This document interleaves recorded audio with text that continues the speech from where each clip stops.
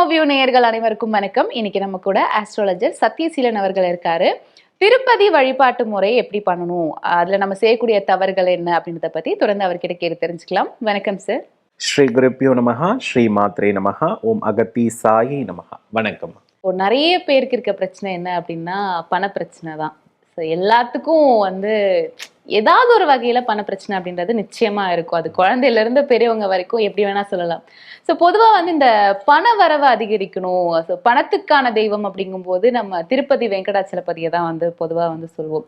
So திருப்பதியில இருக்கக்கூடிய special என்ன, அதற்கு ஏதாவது பாராயணம் பண்றதுக்கு மந்திரங்கள் ஏதாவது இருக்கா? ஸோ அதை பத்தி சொல்லுங்க.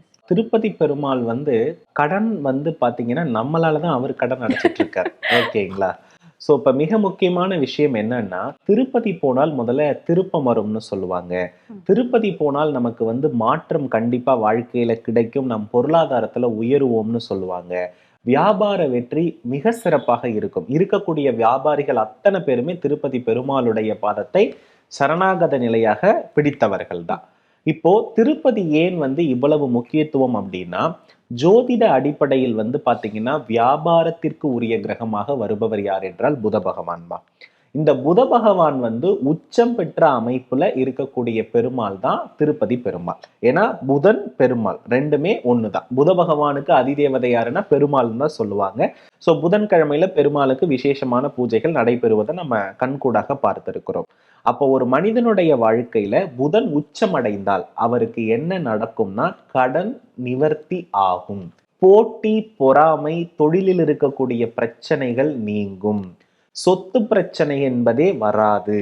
இன்னைக்கு ப்ராப்ளம் என்னன்னா, நம்ம இன்கம், நம்ம வாழ்க்கை வளர வளர வளர வளர நமக்கு என்ன ஆகும்னா டாக்ஸும் வளர்ந்துகிட்டே இருக்கும். அதே போல தொழில போட்டி பொறாமையும் அதிகரித்து ஒரு மனிதனுடைய வாழ்வு வீழ்ச்சி அடைவதற்கான என்னென்ன வழிகளோ அத்தனையும் உருவாகும். அப்ப என்னன்னா, இந்த எதிரிகள்ல வியாபார போட்டிகள்ல இருக்கக்கூடிய எதிரிகள் இருக்காங்க தெரியுமா, அது அத்தனையுமே நீக்கி தரக்கூடிய இறைவனாக இருப்பவர் தான் இந்த திருப்பதி பெருமாள். அதுல குறிப்பா இந்த புதன் எந்த நட்சத்திரத்தில் உச்சம் அடைகிறார் அப்படின்னா, அஸ்தத்திற்குரிய நட்சத்திரத்தில் உச்சம் அடைகிறார். அப்போ நம்ம என்ன கரெக்டா இங்க கவனிக்கணும்னா, மாதம் அஸ்த நட்சத்திரம் வருது இல்லையா, அந்த அஸ்த நட்சத்திரத்துல யாரெல்லாம் வியாபாரம் செய்து கொண்டிருக்கிறார்களோ, அல்லது யாரெல்லாம் பாத்தீங்கன்னா ஒரு பண வரவுக்குரிய உட்பட்ட தொழில் பண்றாங்களோ, அவங்க மாதம் அல்லது டெய்லி என்ன பண்ணணும்னா, தன் சம்பாதித்த தொகையில 1% உண்டியல்ல போடணும். இது யாருக்கு? திருப்பதி பெருமாளுக்கு. அது மாதிரி போடுகின்ற பொழுது நம் 3 மாதத்திற்கு ஒரு முறை என்ன பண்ணணும்னா, அந்த உண்டியல் நிரம்பணும். அதை அஸ்த நட்சத்திரத்துல கொண்டு போயிட்டு அவர் உண்டியல்ல காணிக்கையாக போடணும். இப்படி போட்டதற்கு பிறகு அவங்களுடைய வியாபாரத்துல இருக்கக்கூடிய போட்டிகள் குறையும்னு சொல்லப்படுது. வியாபாரத்துல மிகப்பெரிய அளவுல வெற்றி பெறுவார்கள் என்று சொல்லப்படுகிறது. அதே போல திருப்பதி பெருமாளை ஜொலிக்கும் தன்மையில எந்த இடத்துல படமாக வைத்திருக்கிறார்களோ, அதுவும் குறிப்பா வியாபாரம் ஓடக்கூடிய இடத்துல எங்க படமாக வைத்திருக்கிறார்களோ அந்த கடையில வியாபாரம் பிச்சுக்கிட்டு ஓடும். அதாவது பெருமாளுக்கும் வியாபார வெற்றிக்கும் நிறைய தொடர்பு இருக்கிறது. காரணம் என்ன அப்படின்னா, திருப்பதியில பாத்தீங்கன்னா வராகர் சன்னதி ரொம்ப ரொம்ப ரொம்ப ரொம்ப ஃபேமஸ்.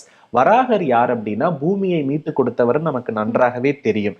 அப்ப என்னன்னா, 6ஆம் இடம் என்பது ஒரு ஜோதிடத்துல 6ஆம் இடத்தை தான் நம்ம நோயின்னு சொல்றோம், கடன்னு சொல்றோம், எதிரிகளால் படக்கூடிய அவதிகள்னு சொல்றோம். திரும்ப திரும்ப நம்ம கடன் பட்டுட்டு இருக்கக்கூடிய சூழல்கள் 6ஆம் இடம் தான். இந்த 6ஆம் இடத்திற்குரிய அத்தனை பலனும் இந்த திருப்பதியில் இருக்கக்கூடிய வேங்கடநாதனையும் அங்க இருக்கக்கூடிய வராக பெருமானையும் அஸ்த நட்சத்திரத்தில் வழிபட முழுமையாக நீங்கும் என்று சொல்லப்படுகிறது. ஆனா ஒரு சில ராசிக்காரங்க திருப்பதி போக கூடாது அப்படின்னு சொல்றாங்க. அது உண்மையா? ரொம்ப நல்ல கேள்வி கேட்டீங்க. ஏன்னா இந்த மாதிரி ஒரு விஷயம் எல்லாருடைய மனிதனுடைய வாழ்க்கையிலுமே வியாபாரக்காரகன்னா புத பகவான் தான். சோ நட்சத்திரத்திற்கும் இறைவனுக்கும் எந்த விதத்திலும் எந்த சம்பந்தமும் கிடையாது. இந்த ராசி தான் போகணும், இந்த ராசி தான் போகக்கூடாது என்பதற்கு இறைவன் விதிவிலக்கே கிடையாது. இது தமிழ்நாட்டுல மட்டும்தான் இந்த கூத்து நடக்கிறது, வேற எங்கேயுமே இது நடக்கல. ஏன்னா உலகம் பூரா இருக்கக்கூடிய அத்தனை பேரும் எந்த விதமான ராசி நட்சத்திரம் பாரபேதம் பாராமல் வணங்கிட்டு போறாங்க. சோ ராசிக்கும் நட்சத்திரத்திற்கும் கிரகத்திற்கும் எந்த தொடர்புமே கிடையாது. வாழ்க்கையில போன ஜென்மத்துல பாவம் செய்தவர்கள் அனைவருக்குமே ஒரு விமோச்சனம் அளிக்கக்கூடிய நிலையில் தான் நான் வைகுண்ட பிராப்தத்திலிருந்து பூலோகத்தில் கலியுகம் முழுவதும் இருப்பேன்னு சொல்லிட்டு அமர்ந்த திருத்தலம் தான் திருப்பதி. அவரை உடம்புல இன்னமும் அந்த உயிரோட்டம் இருக்கிறது. திருப்பதி பெருமாளாகவே வந்து வந்து வைகுண்டத்திலிருந்து வந்து அமர்ந்திருக்கிறத நம்ம கண்கூடாக பார்ப்போம். ஆகையினால இந்த திருப்பதி பெருமாளை அஸ்த நட்சத்திரத்தில் வழிபட எல்லாமே சிறப்பாகும். எந்த நட்சத்திரக்காரர்களாக இருந்தாலும் இந்த ஒரு நட்சத்திரத்தில் போனா நிறைய மாற்றங்கள் அடைகிறத கண்கூடாக நம்ம பார்க்கலாமா. அது மட்டும் அல்லாது திருப்பதி பெருமாளை வழிபட்டால் கட்டாயமாக அருகில் இருக்கக்கூடிய வராகரை வழிபடாமல் வரக்கூடாது. நிறைய பேர் அதை ஸ்கிப் பண்ணிடுறாங்க. சோ வராகருடைய வழிபாடு இல்லாமல் வரக்கூடாது. அங்க இருக்கக்கூடிய புஷ்கரணியில வந்து கால் நனைக்காமல் குளிக்காமலும் வரக்கூடாது. கண்டிப்பா அங்க இருக்கக்கூடிய புஷ்கரணியில என்ன பண்ணணும், கால் நனைக்கணும். அதே போல திருப்பதி சென்றால் அங்க இருக்கக்கூடிய கோசாலை, நிறைய பேர் கோசாலைக்கு போறதே கிடையாது. திருப்பதி பெருமாள் வந்து அதிகம் விரும்புவது எது அப்படின்னா பசுக்களை. சரிங்களா, அங்க வந்து கோசாலை இருக்கிறது. அந்த கோசாலையில் இருக்கக்கூடிய பசுக்களுக்கு உங்களால் முடிந்த உணவுகளையும் பழங்களையும் கொடுத்தால் நிச்சயமாக நன்மை கிடைக்கும். இது விஷயம். ரெண்டாவது, திருப்பதி போனா அன்னதானம் சாப்பிடாம வரக்கூடாது. அது ஏன் சார் அப்படி? ஏன் அப்படி சொல்ல வரேன்னா, திருப்பதி என்பது 6ஆம் இடம்னு சொல்றோம் இல்லையா, 6ஆம் இடம் என்பது வயிறு. அப்படின்னா என்னன்னா, நம்ம திருப்பதி பெருமாள் போடக்கூடிய அன்னதானத்தை சாப்பிட்டாலே நமக்கு வந்து கடன் விரைவில் செரிச்சிருன்றது அர்த்தம். ஆகையினால திருப்பதியில 2 விஷயம் பண்ணணும். கண்டிப்பா திருப்பதி போகும்பொழுது சொந்த பந்தத்தோடு போகக்கூடாது, நண்பர்களோடு செல்லலாம். பங்காளி உறவுகளோடு செல்லக்கூடாது. பங்காளி உறவுகளோடு சென்றால் கண்டிப்பா திருப்பதி போனா சர்ச்சைகள் ஏற்படும். ஏன் இது சொல்ல வர அப்படின்னா, அது 6ஆம் இடத்திற்கு தொடர்புடையது அப்படின்றதுனால 6ஆம் இடம் என்பது பங்காளிகளுக்கெல்லாம் உட்பட்டது. அதனால ஒருத்தருக்கு ஒருத்தர் மனஸ்தாபங்கள் வருவதற்கான வாய்ப்பு நிறைய இருக்கிறது. திருப்பதி போனா ஒண்ணு தனியா நம்ம ஃபேமிலியோட மட்டும் போகலாம், இல்லையா நண்பர்களோடு போகலாம், இல்லையா பார்ட்னர்ஷிப் பிசினஸ்ல இருக்காங்க இல்லையா அவர்களோடு போகலாம். இந்த வியாபாரத்தில் வந்து பெரும் வெற்றியை கொடுக்கக்கூடிய நபர்களோடு செல்வது திருப்பதி உகந்தது.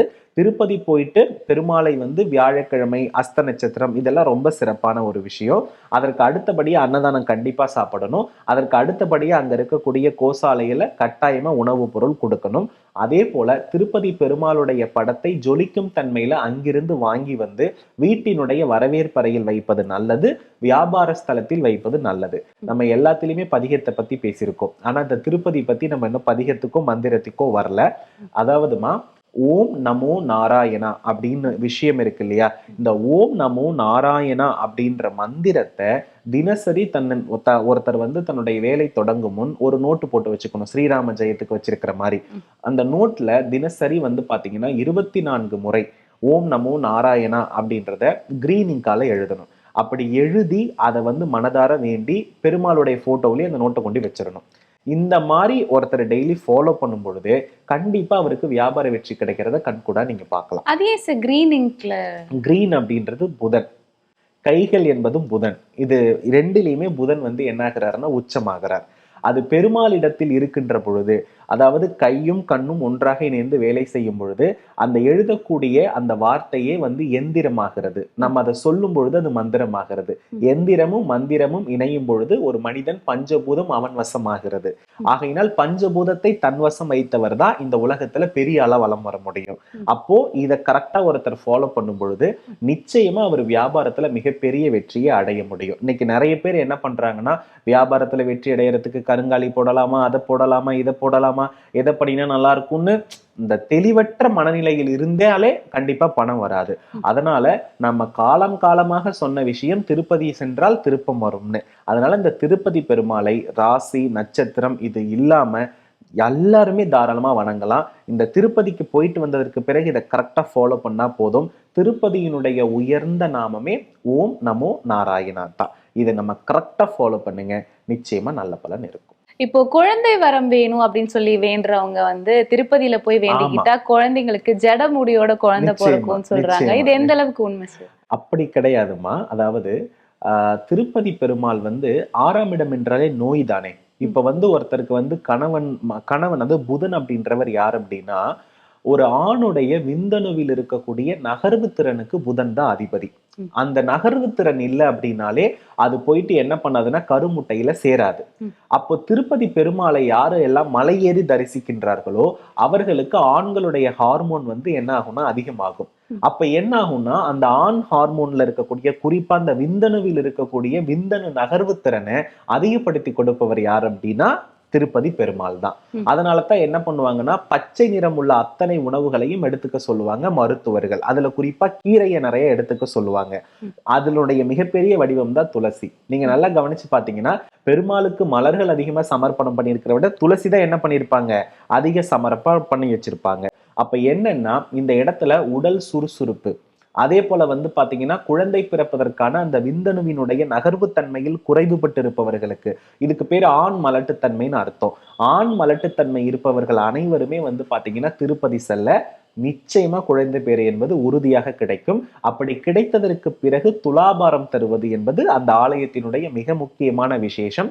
ஆனா இந்த குழந்தை பேறு வழிபாட்டுக்கு மட்டும் மலை ஏறி போயிட்டு 7 மலை ஏறி தரிசனம் பண்ணினா தான் கிடைக்கும்.